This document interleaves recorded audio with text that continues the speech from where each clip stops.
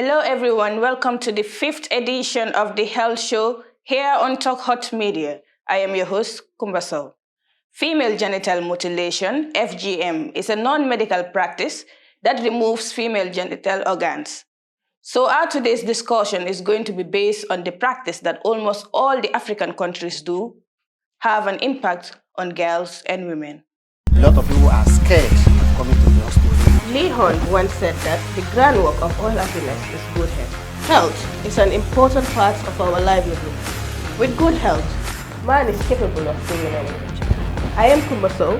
Please join me on Talk Hot Media to set light on our health problems and find solutions to them. This show will explore our health problems in our society and also presenting specialists who have wide knowledge about health to help and direct you through the course of this show, so you can afford to miss this educative show because your health should be your utmost priority. Kindly like and subscribe to our YouTube channel, and please do not forget to follow us on Facebook and Instagram. Thank you. With me here today is Dr. Barrister Babandin Dafe, Network Focal Person for Survivors SGBV, medical doctor and a lawyer, women and human rights activist, presently working at Carnifing General Hospital. Dr. Dafe, you are welcome on the Health Show. Thank you very much, Kumba. It's my pleasure having me here today. Doctor, firstly, I would like to know, like I said, all African countries practice FGM, including the Gambia. Who do you think is at risk of this practice? Very important question. Kumba, almost every African country practice. If you look at the statistics worldwide, you realize that from West Africa down to the Central Africa to Sudan and practice FGM. Okay. But you also, if you look at the pattern, it is practiced more in Muslim countries or countries that have a high number of Muslims in their country. Oh, okay. So it is practiced. So it affects girls, young girls. Oh, okay. Why I said young girls? Because usually you don't see grown-up women being circumcised. Although there are some procedures that are done on them at other age. If you go by the definition of the FGM, female genital mutilations, it also involved those people who are even grown up. Okay. If you go by the definition. But the most vulnerable and the most people who are affected are the young girls. All right. From the age of 2 onwards. Doctor, I would like to ask, does FGM have any health benefits? Yes, before we go into health benefit, we can first of all define for our listeners to understand what it means by FGM. Yeah. So that they understood what it meant by FGMs and what are the classifications, then we can talk about the medical complications. Okay. So if you go by the definitions, it means all harmful procedures on external female genitalia for cultural reasons, for religious reasons, and non-medical purpose or medical reasons. Okay. All those procedures and they are harmful is considered as FGM. That is female genital mutilation or cutting. It has 4 types: type Okay. 1, 2, 3, and 4. When we talk about type 1 is when you cut the prepuce. Prepuce is the one that covers the clitoris. Okay. Without or with partial and total removal of the clitoris, which means you cut the prepuce and you cut the part of the clitoris or the whole of the clitoris.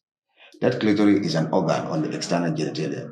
It gives a sexual arousement to women. Okay. It's very sensitive. So when you cut that one partly together with the prepuce or totally, it's called type 1. Okay. This is mostly practiced in the Gambia here. Okay. So you go by type 2 is when you cut the whole of the clitoris, that is the total removal, and the partial removal of the labia minor, that either partially or totally, is type 2. Okay. So when you go to the type 3, then we call infibulation. That's where the sealing will come. You sealed, when you cut, you try to allow the blood to clot. Okay. You remove the whole of the area that the female labia minora, the clitoris, everything together, and leave 2 holes, one up and the one down. The Okay. one up is for urine to pass through and the down for what? menstruation to occur. Okay. That is, we call it infibulations. All right. It's from the Latin word we call infibulary, the pharaonic type. So when you go to type 4, it's all harmful procedures on the genitalia that has no medical indications. Either piercing, you put a ring, or you scrape it, or you cut it, for whatever reason, that has no medical indications. Okay. That's called type 4 FGM. So what I mean by the clitoris, the prepuce, the labia major, the labia minor, these are structures of the external female genitalia. So they are the one that is mostly affected when it comes to FGM. So these are the classification of FGM, type 1 up to type 4. So when you come to medical complications, it has a short-term, long-term, and psychological complications. Okay. In the short-term complications, because the procedure is done without anesthesia, that is, without going through giving you an injection not to feel pain. All right. It's painful. Mm. We call it the procedure without anesthesia. It's painful. Okay. And when you cut, it bleeds. Yes. We call it bleeding. Mm. And that bleeding, usually, there is no mechanism to stop it. It's not like when you do medical procedure on the vagina. There are things that you use to stop the bleeding for you to perform your procedure without causing much bleeding. Okay. In this situation, there is none. And the person will continue bleeding. All what they can do, sometimes they put a cotton there. And that may not be enough. And the other people can have a tendency of a bleeding disorder. So when you have a bleeding disorder, you can bleed. And this will lead to what? Anemia. Anemia, you go into the hypovolemic shock, and sometimes they can die. Okay. An eyewitness, I've seen a young lad who died as a result of circumcision because he bled the whole night. Oh. By the time they brought to the hospital, already it's dead. too late. So we said pain, the bleeding, that will lead to anemia and to hypovolemic shock, and the patient can die. Okay. That's one of the immediate complications. Of course, we know that this is not done under sterile procedure. Mm-hmm. Sometimes the material they use are roasted and they are not even sterile. So they can cause infection. This infection can also affect the life of this woman. Mm-hmm. Right. So apart from that, infections, there can be UTI, urinary tract infection of the woman. You can get that infection because you use on different people. Even HIV. So the same blade that they use for circumcision is the same blade that they will be using throughout? Throughout, yes. But even without using the same blade, even if it's a single blade, the one who is using it is usually holding the blade with bare hand. Okay. And the hand is not usually sterile. That's why medical procedures are done under sterile conditions, that you have to wear gloves, make sure that you yourself does not introduce infection. Okay. So if those things are lacking, it means the person will have what you call infection. Because the area also is cut, there is edema around the area, they can obstruct the urinary flow. If you look at the ureteral meatus, it's opening outside. It's one of the external female genitalia. So the urine will not flow, and that can cause retention. You want to urinate, or you cannot urinate. Or sometimes they can even cut the urethra opening. So you see, you start leaking. Oh. So these are complications that you can see immediately. The infection, the bleeding, the pain, and even the shock, and even you can die as a result immediately. Okay. That is the immediate complications. If you go to the long term, it affects the life of the woman. Because the FGM is practiced, this woman will have a tight vaginal orifice. Okay. So if you have a tight vaginal orifice, it affects your sexual activity. We call it dyspareunia. When you grow up, you can have what we call, because you are sealed, if you got married and you want to have an intercourse, then penetration becomes difficult. It's painful for both the woman and the husband, because the man also will have pain trying to penetrate. So both of them feel, we call it dyspareunia, okay, which will be very, very common. They can have what we call hematocolpos. Sometimes if the occlusion is so severe that they may not be able to menstruate. They menstruate, but it stays inside the vagina. It cannot come out. You see, every month they will have this symptom of menstrual pain, but they cannot, the menstrual flow cannot happen because there is an occlusion. Okay. So that is also a long-term complication that can happen.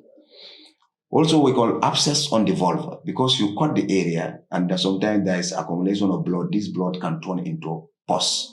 We call them abscess on the vulva and on the labia. We can also have calculus formations because of the urine dribbles and then from the menstrual flow, the dribbles, they can come together and they form a hard substance. We call it a calculus. So that's when something stays in the vagina and it occludes the vagina. So these are things that usually happen. Of course, you can have other so many complications, like infertility, because it's not a sterile procedure. Infection will happen, and that infection is not treated. It can descend up. It enters the uterus. It goes to the tube. When you marry later in life, we call it pelvic inflammatory disease. This can block your tubes. It's the tubes that the ovary pass and meet with the sperm for conception to take place. So if that tube is blocked, then the ovary and the sperm cannot meet for them. The eggs and the sperm cannot meet for conception to take place. So that causes infertility in a woman. But if you go down further, even the childbirth, I've seen so many in my clinical practice, couples could come to open up because they cannot penetrate.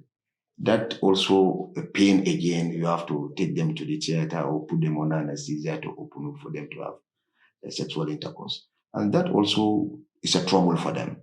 But notwithstanding, you look at also during the time of delivery, it's very difficult because of the tight vaginal orifice. The woman can labor, the head can come out, but it cannot come out because there is an occlusion. Somewhere it's blocked. So sometimes you have to take those women to theater and operate them and also open up the vagina. I've seen instances where a woman got pregnant, but the hole is just like a pinhole. I was wondering how did they even have their sexual desire with that. So at the end, we have to open up that and operate the woman for them to have the subsequent normal intercourse. So we realize that all these procedures at the end affect even on childbearing. So do you think because of this circumcision is why theater is becoming many in the Gambia? No, the theater is a department in any health institution for surgical procedures. If you open a medical facility, obviously surgical conditions will come. And also there were that injury, laceration, when somebody needs operations. So almost every institutions will definitely need it because those conditions will definitely come. Yes, it's for that purpose. So I want to ask another question, which is what will happen to a girl that is not being circumcised in the Gambia? Well, there is a stigma. Well, people will say, if like in Mandinka, they will call the Solima, means you are not circumcised. Yes, people will label you that name. But I think it's something that you deprive women of their right when you circumcise them, especially young girls, because that's where they get their pleasure from. That is the clitoris. So it should be left untouched. It shouldn't be touched at all. It should be left the way it is. It is there for a purpose to give sexual arousement and also to give sexual satisfaction to women. But because people practice in this country, they believe that if you don't do what we call, you are not clean. But medically, that is not the case. That is not the case. Yes. I also want to ask whether there are any laws and policies against FGM in the Gambia. Yes, there are laws for FGM. It's just that the law, people don't test the laws. And then the cases are not reported on daily basis and the practices is still going on. We have Women Act in 2010 that was amended in 2015 and that criminalizes FGM. We have Children Act also 2005 and was also amended in 2016. We have Domestic Violence Act. We have the Sexual Violence Act is 2015. We also have our constitutions, Chapter 4, Section 18, the fundamental rights, that right to life. If you look at the right to life, has a lot of interpretations. It tells you technically right to health also, because without health, you cannot have a good life. So your constitutions, our constitution is telling us that there is a law that is against the practice of FGM in this country. But the question now is, are we reporting these cases? No. No, the cases are not being reported. Because I work in a facility where we see survivors of sexual and domestic violence. I also work in a facility where we attend to mothers who undergo labor. If you look at them, 75% of those women undergoes FGM. But are those cases ever reported? No. It's only sexual violence, domestic violence are more reported than the FGM being reported. And there is a criminal act because we have our laws that criminalize FGM. Mm-hmm. So if anybody did it or anybody helped in doing FGM or you saw somebody doing it without reporting it, you are all criminals according to our laws. Okay. Even the person that sold to you also has a part to take in this crime. Okay. So if you saw it and you don't report it, you are aiding and abetting. In law, we call it, and then that is also you are a criminal. So you must report if criminal activities are carried on and you are an eyewitness to it. Yes. Okay. Also, the last question I would want to ask you is there any supportive service at the hospital for the women who have undergone FGM already? Like a form of a counseling center where they will go tell their stories, because like this is a scar within them. If they don't say it out, you wouldn't know. Like, do you have any supportive service at the hospital? Yes, the supportive service is the general services that the hospital is providing. If somebody has a history of FGM and now it gets complicated, you come, we will give you the service. We treat you, give you antibiotics, and we give you also, if there is a need to take you to the theater or that the bleeding does not stop, we can stop it. So those are services we give generally. But beside that also, we have what we call one-stop center. One-stop center is for a center for the survivors of the sexual and domestic violence in this country. And now if you look at FGM, it's part of the sexual and domestic violence. It used to be sexual violence, domestic violence, economic violence, psychological violence. But now FGM is added and also trafficking in person. Okay. So you see it has expanded. So FGM is part of the sexual and gender-based violence. All right. Yes, according to definition. So we have one-stop center, and this one-stop centers care for the survivors. If the case is reported, we open a file for you. We investigate, take history, examine you. If there is a need to do any procedure for you, we will do that at that point. If there is no need, then we will be giving you a counseling. We have social workers who work there, and they are the one who give counseling. Okay. So we give the provided the service. But even if it is a place where there is no one-stop center, still the general service can do this, like the immediate complications that the person may come with, they can take care of it.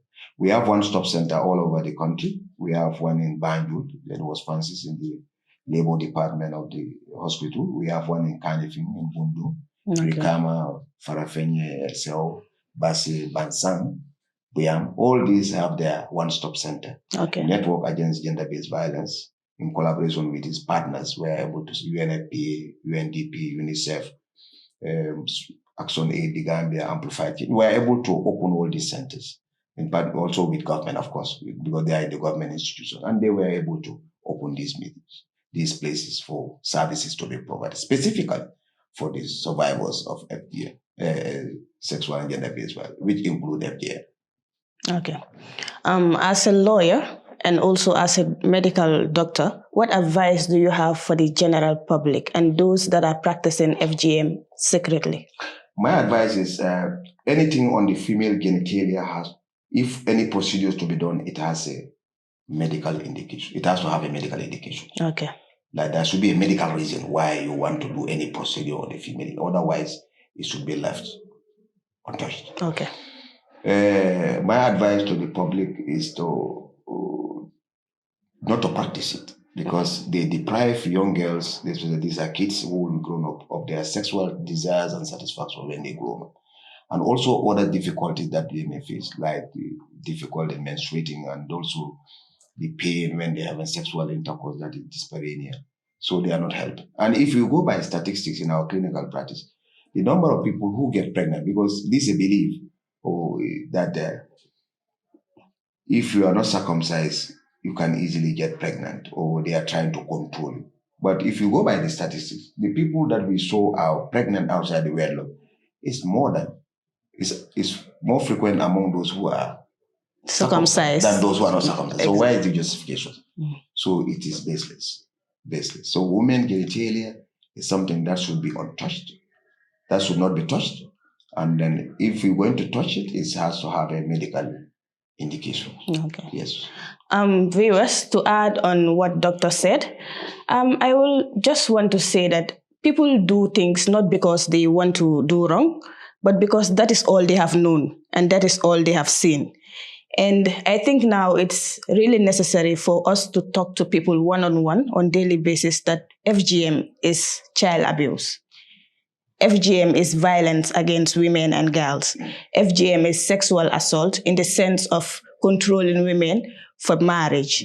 And most of these women practice FGM on their children because it was done to them by their family members, forgetting or outlooking the implications it will have on their child. Well, viewers, this is what we have for you on today's edition. Thanks for watching. Thank you.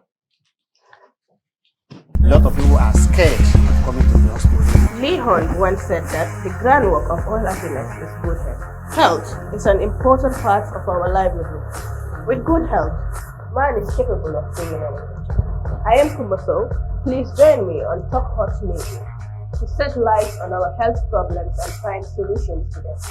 This show will explore our health problems in our society and also presenting specialists who have wide knowledge about health to help and direct you through the course of wisdom. So you can afford to miss this educative show because your health should be your utmost priority. Kindly like and subscribe to our YouTube channel and please do not forget to follow us on Facebook and Instagram. Thank you.